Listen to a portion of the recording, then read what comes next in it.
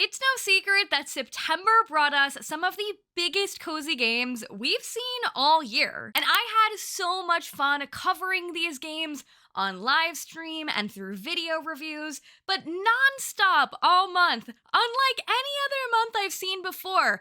I have been asked non-stop, not so much on what's your opinion on these games, Payton, and more so, Payton, is this game better than this game? And out of all of the games that came out this month and that you've played, which one is really the best one?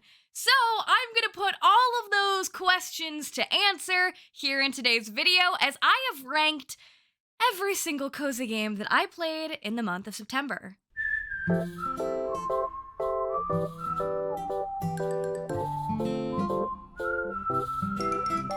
Hello everyone and welcome back to my channel. If you're new here, hi, my name is Payton. It is nice to meet you, it is nice to see you, and welcome to the corner. I'm not going to lie to you, I agonized about this video.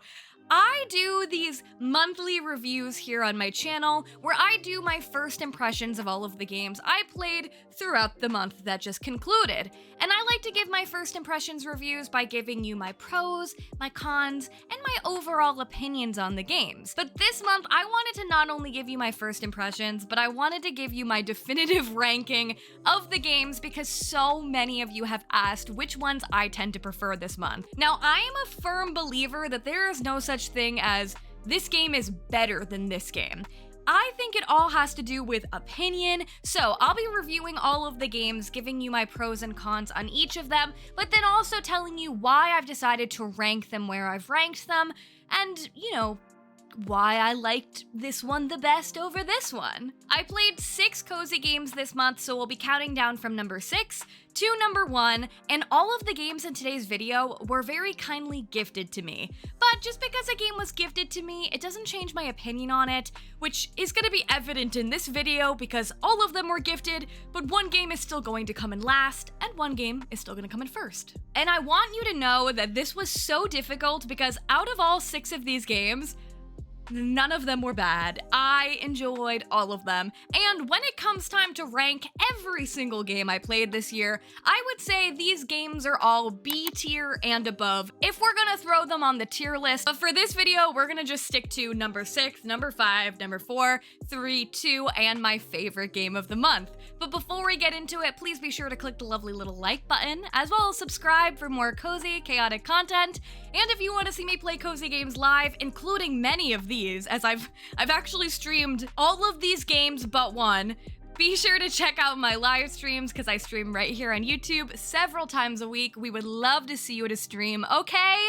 I will shut up. Let's get into the ranking. Starting out with 6th place. Admittedly, this is the game that I played the least out of all of the other games. Coming in at 6th place, we have a game called Sprout Valley. Sprout Valley is available for PC and Nintendo Switch, but I played it on the PC. Before I get into my pros and my cons, let me tell you a little bit about the game in case you're unfamiliar. Sprout Valley is a farming sim game where you can step back from the busy days of your life and just grow the garden of your dreams. You'll play as the main character, Nico, an adorable little cat who just wants to find a peaceful place to live in. You'll help Nico find friends and discover interesting events. As Nico, you'll get to turn your overgrown island into a beautiful farm by raising crops, gathering resources from nature, crafting and furnishing your island, traveling to other islands, meeting tons of cute characters, and enjoying over 15 hours of story. Now let's get into my pros for Sprout Valley. Starting out with the pros, I think the overall vibe of this game is absolutely adorable and cute. Specifically, I love the kind of more muted pastel color palette of the art style. I personally really like pixel art games, but I know a lot of people don't, and a lot of people say it's kind of hard on their eyes. I think, from my own experience, something about the pastel color palette I feel like makes this one a lot more pleasing to look at, especially if you do struggle with pixel art games in the style of this one. I also think the music in the game is really relaxing, and it does lend to the overall relaxing and simple vibe of the game. Speaking of simplicity, the game definitely, I think, is a nice farming sim for beginners, as it's definitely on a smaller scale and it never really feels overwhelming, so I definitely see that as a big pro, and I will also note that there are very adorable customizations you can make for your tiny little farm as well. Now that you've heard the pros, let me tell you about my cons for the game. My biggest con for the game is the controls. For an otherwise really relaxing game, I found the controls to be very frustrating.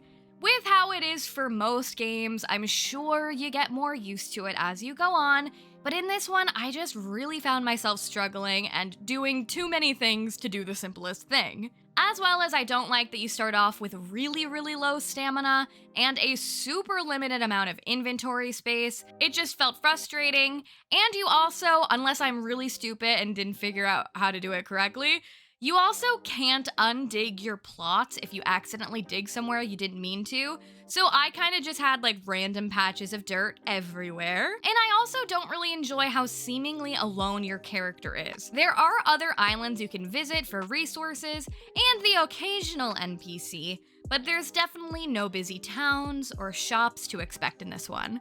It does often feel like you're kind of just in your own little universe. But mainly, my cons kind of all boil down to, well, one of the pros was, which the game is very simple. I think this is great for beginners who are new to this kind of game, but for me, it was just a little bit too simple for my liking. So why have I ranked it in 6th place? I ranked it in 6th place, like I said. Admittedly, I played this one a lot less than I played the other games on the list. I can accept that and realize that. However, it just didn't draw me in enough like some of the other games of the month did. It is definitely an enjoyable little game, but I was just hungering for something with a little bit more complexity to it. Moving on to our 5th place game. It hurts me to put this game in 5th because I really did like it so much, but I had to make the hard decisions this month, okay? This game is called MINEKO'S Night Market, which is available for the things. It's available for Switch, it's available for PC, but I played it on PC. In case you're unfamiliar with MINEKO'S Night Market, I'll give you a little bit of background. MINEKO'S Night Market is a narrative-driven social simulation adventure game that is all about celebrating Japanese culture and also cats. In the game, you'll get to play as Mineko, a very curious girl who has just moved to a new home on a Japanese-inspired island. But as you may have guessed it, this town is not everything that it seems.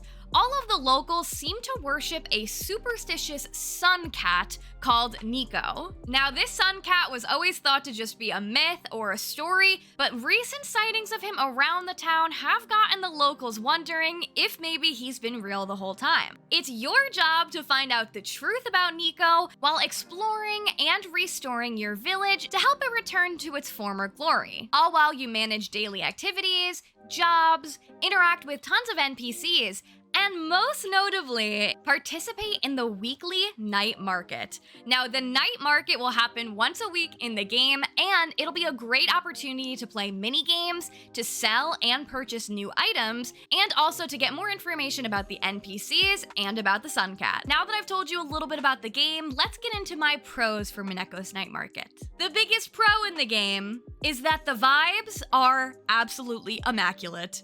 The art is done so well in this game, and the music is quirky, fun, and cozy all at the same time.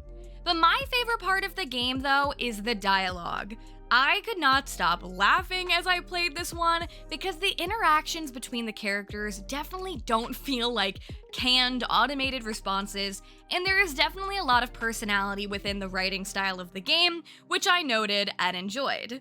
I also really enjoyed the mini-games. From the cat race at the night market, to sneaking around and freeing trapped cats from agents patrolling them, the minigames always felt engaging to me, not overly difficult, but also not boring. And I also really enjoyed the shops around town and the idea of there being various museums where you can fill up collections, so if you're a completionist type gamer, there is a couple moments for you to try to collect a little bit of everything. And another huge pro is the night market itself. itself. I think it is such a fun mechanic. It does look really cute and it's fun to walk around, but my favorite part about it is the mechanic of that you can bring different items to sell, and not only can you just, put your items out and people come over, but you can actually barter with the customer to try and get a pretty steep price for maybe something that's not really worth it. And I think it adds a really fun and chaotic element to an otherwise very cozy game. And overall, at its core, I think the storyline of the game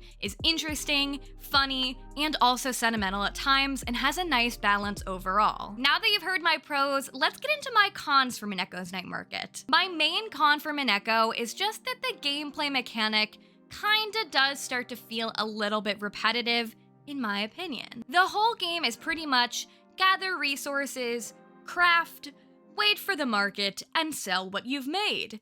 You do, of course, unlock more and more story as you go along, but sometimes it did just feel like I was just doing the same thing over and over and over again. I also felt like I was always wrestling with the stamina bar in this one too, and since the core of the game is literally crafting things, I definitely found myself skipping through days quickly when I was out of stamina and had no money to purchase a food or beverage item to replenish. Now that you've heard my cons, let's talk about why it's ranked where it is.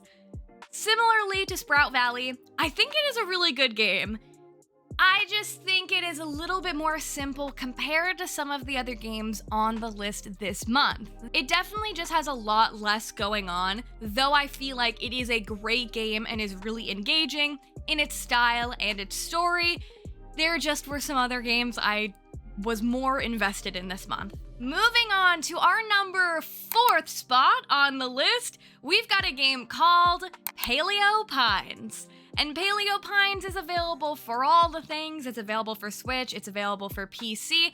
I played this one on PC. In case you're unfamiliar with PALEO Pines, let me tell you a little bit about the game. Now, PALEO Pines is another cozy adventure farming sim game, but the twist on this one is that it is full of dinosaurs. That's right, in PALEO Pines, you'll get to explore a new dinosaur-filled world by building up your home, you guessed it, building up your farm, and getting to meet, befriend, and learn about tons of different dinosaurs. You'll also get to do all of your classic farming sim stuff, like getting to know the NPCs, shopping and selling items in town, and also doing tons of different quests. Before I get into the pros and cons, I do also just want to say, PALEO Pines is one of the games this month I actually have a full dedicated review about, so I'm gonna kind of give you the highlights, but if you want the whole, I think it's like 20-ish minutes. If you want the whole 20-minute breakdown about the game, be sure to check out that video. But starting out with the pros, my biggest pro for this one is the dinosaurs. They really are the reason to get this game.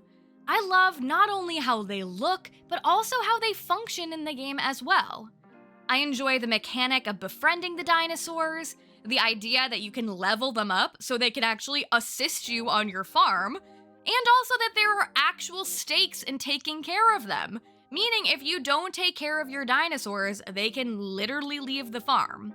But don't worry, it is still a cozy game, so you can get your lost dinosaurs back and bring them back and give them a better life on the farm than maybe you did before. I also really like the variety of the dinosaur species and the very wide amount of colors that they come in. Other than the dinos, of course, I also enjoy the size of the world and how you get to unlock more and more areas as you progress. While the decorating options are slimmer than other games on this list, I do think that the decor options that exist for the farm are really cute, and the overall vibe of the game is really vibrant, relaxing, colorful, and happy. And I do enjoy the main story of the game, which has you start out with a very rare dinosaur called Lucky, and pretty much you're just trying to figure out if she is the last of her kind, and I think it is an engaging story. Now that I've told you my pros for PALEO Pines, let's get into my cons. My biggest con for the game is the navigation.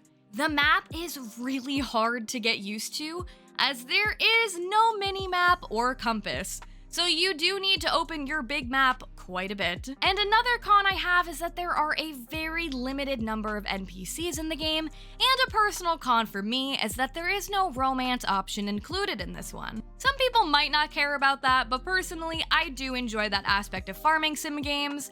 as well as there are also these kind of lifeless NPCs that you literally can't talk to, and they don't serve any other function other than to fill the space, and I personally could just do without that. Now let's get into why I've ranked it in 4th. I'm gonna be honest, when I was first playing this game, I thought I would put it in my number 1 spot this month. I do really enjoy the game that much, and I understand why I was having the moments of, oh my god, is this the best one of the month? Do I love this one the best? I think this game is one of the most unique cozy games, especially one of the most unique ones on the list. But when I really thought about it, and I compared it to the others, there were just some games that felt a little bit more polished this one and had even more content. And they had me feeling a bit more invested in the exploration, the storyline, the characters, and the level of creativity that I could have in the game. That being said, I think this is a wonderful cozy game, and it is a super unique one to try out because it does feel very different from other farming sim games. The next game on the list, I had no idea what I was going to think about this game when I started it, but it has been blowing me away, and it's probably, it potentially is my most played of the month so far, as I've been really playing this one a lot behind the scenes. But this game is called Harvest Moon: The Winds of Anthos. Harvest Moon: The Winds of Anthos is another one I have a full dedicated video about because Natsume actually invited me to a special event last month before the game came out, and I got to see an exclusive first look at the game, pretty much to get some information out to you guys before the game came out, which was really fun and I enjoyed it, but it was so much different when I was actually in the game. Still, you can check that video if you want. In case you're unfamiliar with Harvest Moon: The Winds of Anthos, let me tell you a little bit about it. Harvest Moon: The Winds of Anthos is the first ever open world Harvest Moon game. It follows the story of Anthos. The land of Anthos was a peaceful and harmonious land watched over by the gorgeous harvest goddess and the harvest sprites, who protected the inhabitants of Anthos from natural disasters, such as storms, earthquakes, and other terrible things. However, one day many years ago, Anthos experienced a severe volcanic eruption that threatened the life on Anthos itself. So the harvest goddess and the harvest sprites had to use up all of their remaining power to keep the people and the animals of Anthos safe. But this left all of the different villages blocked from each other, meaning tons of villagers were separated from their families, and animals were in kind of random places. In the game, it is your job to reunite all of the people of Anthos by exploring the ginormous open world, farming, getting to know all of the different NPCs, and even romancing them if you like, and keeping very unique pets like wolves, dinosaurs, unicorns, and more. All while getting to do all of your classic farming sim stuff like fishing, mining, foraging, gardening, tending to your animals, and more. Now that I've told you a little bit about the game, let's get into my pros. I love how absolutely massive the map is in this game. Like, they really meant it when they said this was an open world farming game. And not only is the map big, but the way that you can actually utilize the map is really cool. Not only do you get a mini map in the corner, but it's also really easy to pin things on the big map with a really distinct green beam in the sky that you could follow. But also you can literally search for things you want on the map. Like if you need to find a certain type of seed, or you want to find a certain type of animal, you can actually filter it to be shown really easily. You also can unlock fast travel as you get a little bit further in the game, which I think makes exploring even better, as they are quite generous with the amount of fast travel points to unlock. I also love that you can move your farm and your house wherever the heck you want across a multitude of areas. This is super convenient because if there's a certain village you want to spend more time in, or a certain climate you prefer, or because the map is filled with like really diverse biomes and weather changes, it's nice that you can just have your house where you want it. I also really enjoy the progression of the game. You unlock the open world piece by piece. It's not all just there when you start the game. Sometimes you'll have to repair bridges or do other quests to continue building on the map, which I really like as I tend to get a bit overwhelmed when I'm given an insanely huge map all at once. I also really love how the farming and the ranching works in the game, because you can have multiple farm plots all over the map to grow a variety of things at once. And I like that you get the seeds from these little guys called harvest wisps, which I think is way more fun than just going to the store and buying the seeds yourself. And I really like the characters in the game too, and I enjoy the number of side quests that they give you in addition to the main storyline. The fishing and mining mechanics in this one are really great, the tools auto-equip, which I love so much. But all of that aside, for me, the best part of the game is the discovery of the super unique animals. You can find crazy animals in the wild, befriend them, and actually take them back to the ranch. Like, I currently have a jaguar that just hangs out with my cows and chickens, and not only is that so cool, but it is also hilarious. Now that I've told you about the pros about Harvest Moon, let's get into the cons. My biggest con for the game is while the map is huge, the world does feel sparse. They totally nail it in the game with the weather and the visual style of the biomes, but there just isn't a lot of stuff. And when there is stuff, most of the time it doesn't load until you're pretty close to it. Meaning there might be a really cool animal near you, but you won't know until you get closer up because it'll take a little bit for it to load in. I also do not like the fact that you cannot jump in the game. I don't know if you can jump later once you get a super cool mount. I've played a bunch of hours, no jumping has happened. Normally I don't care about jumping in games, but this one, the world is all cliffs, and since you can't jump, you're going on these like really windy paths sometimes that are really confusing to find the starts and ends of, when it would be much easier if you could just jump over the things. I also don't like the stamina bar. It is way too low off the start. It definitely gets better as you go on, which I can admit, but yikes. In the beginning, you can hit like a couple of rocks and then you're done. The day speed is another con for me, as it pretty much goes like 1 real life second equals 1 game minute, and this is challenging because it's a huge open world game and you want to just keep exploring it. Another con I have here is the lack of customization. You get such few options when choosing your character's appearance, and there isn't a whole lot you could do as far as decorating your farm or your home goes. Also, another con, I wish we could have more than one pet.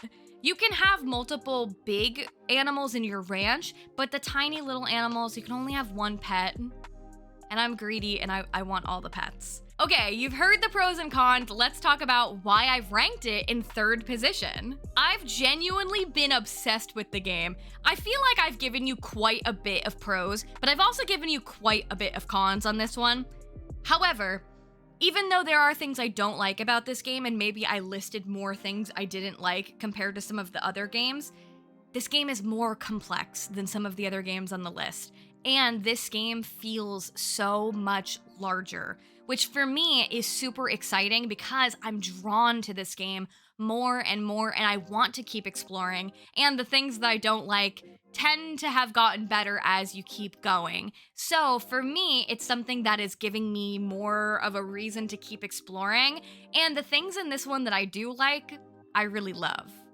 I've definitely probably sunk the most hours into this one already, and I'm interested to keep on exploring it because I think it's actually really good. Moving on to our 2nd place position, and this game, I can confidently say was the biggest cozy game of the month. Coming in 2nd place is Fae Farm. Fae Farm is another one I have a whole dedicated review on. I took a long time to go over my pros and cons more in depth, so if you want to get the full breakdown, check that out.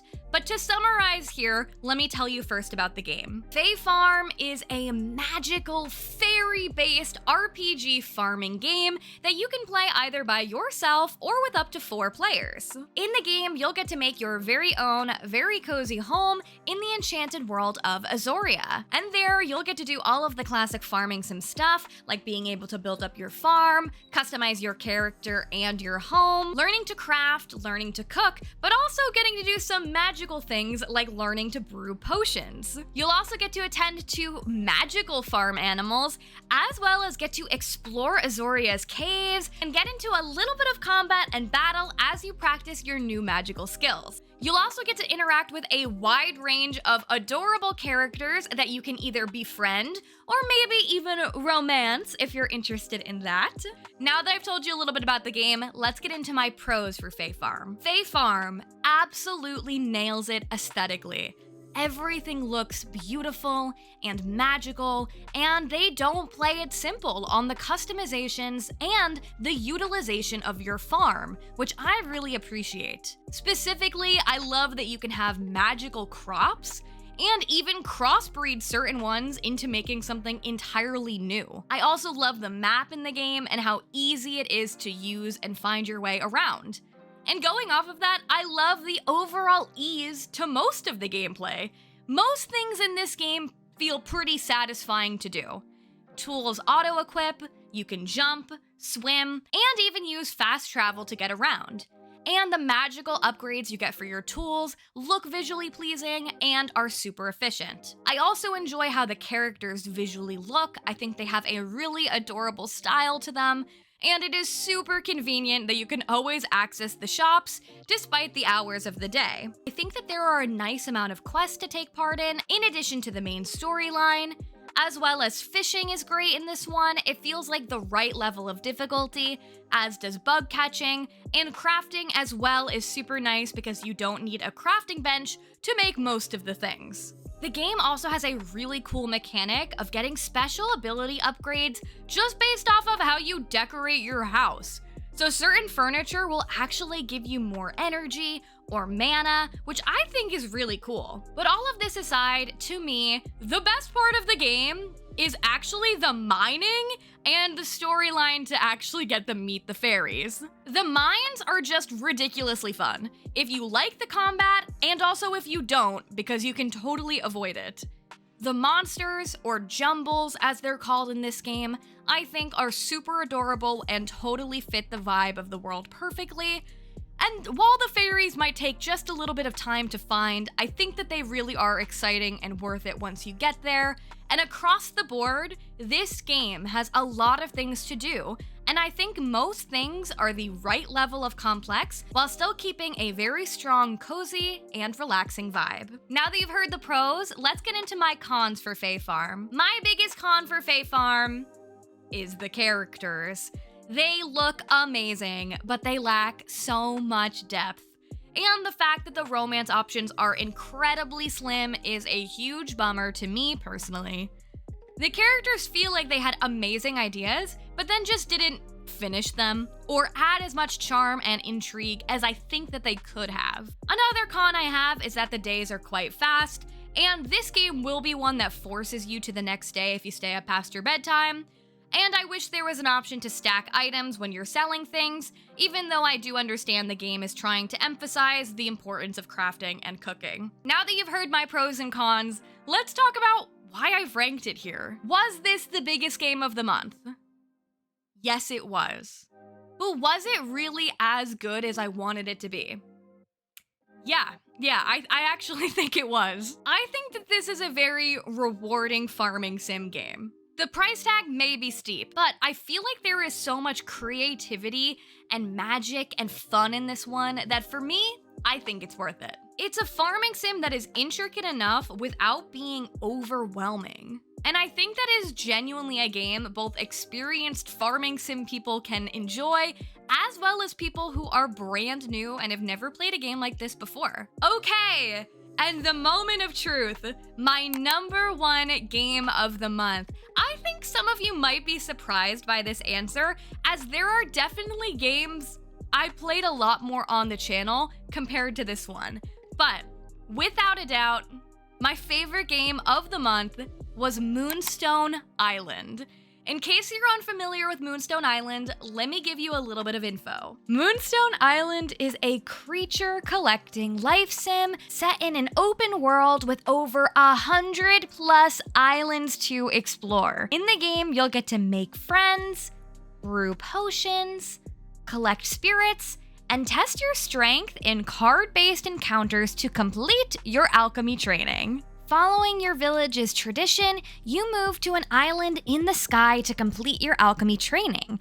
Armed with a team of nature spirits, magical potions, and the support of your new friends, you'll explore ancient temples, dangerous dungeons, and hostile biomes to uncover the dark secrets of Moonstone Island. Now that I've told you about the game, let's get into the pros for Moonstone Island. Most of the game is a pro, but let's break it down. I really do not even know where to start because I've been enjoying this game that much.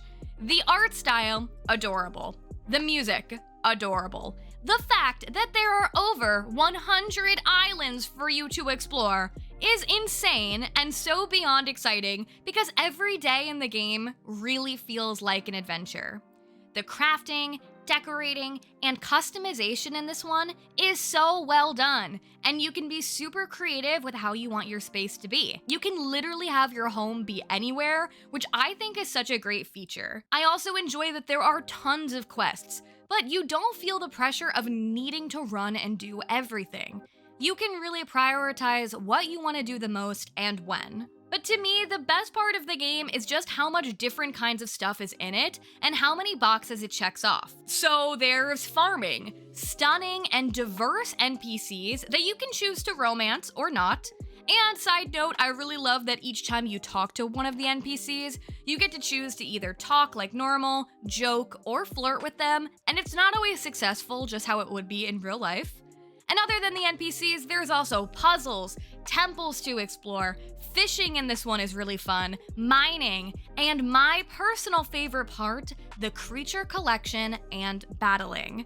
This game, I think, is perfect for people who like card-based battling like this, but also people who have never played a game like this ever, because it's done in a super cute and easy way to understand, and the whole point of the battles is to get ridiculously cute spirits to live in your barn or follow you around. So I think it is cozy game friendly even if you don't like battling.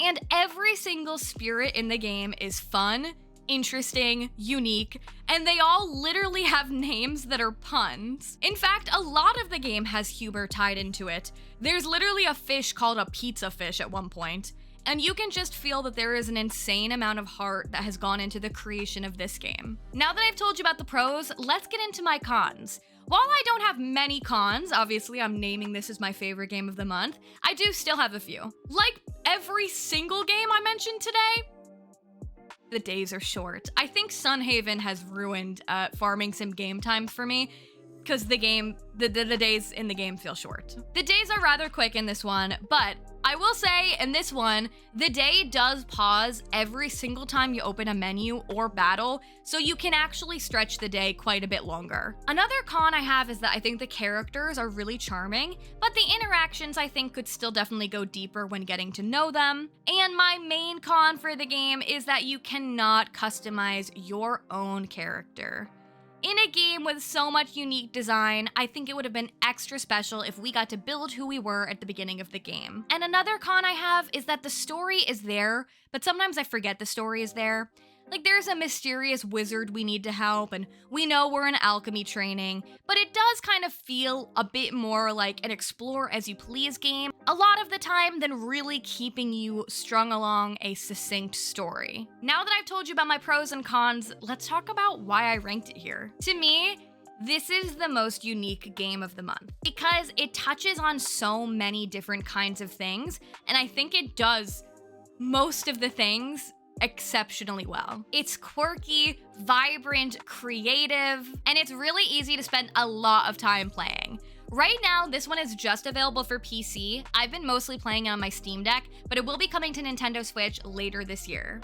And there you have it, my ranking of every cozy game I played in September. This video was so hard to make that I literally almost decided not to make it because I genuinely didn't know how I wanted to compare these games, because across the board, I think it is hard to compare games. I don't think, even though I picked my favorite of the month, I wouldn't say this game is better than the rest of the games on the list. I think it really depends on your preference when you're playing games and what is going to appeal to you the most. Am I saying you need to buy my favorite game over my least favorite game?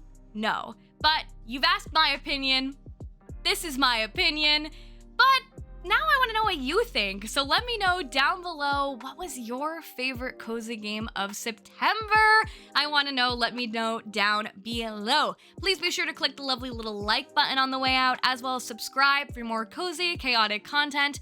Thank you so much for watching. I will see you in the next one. Bye-bye!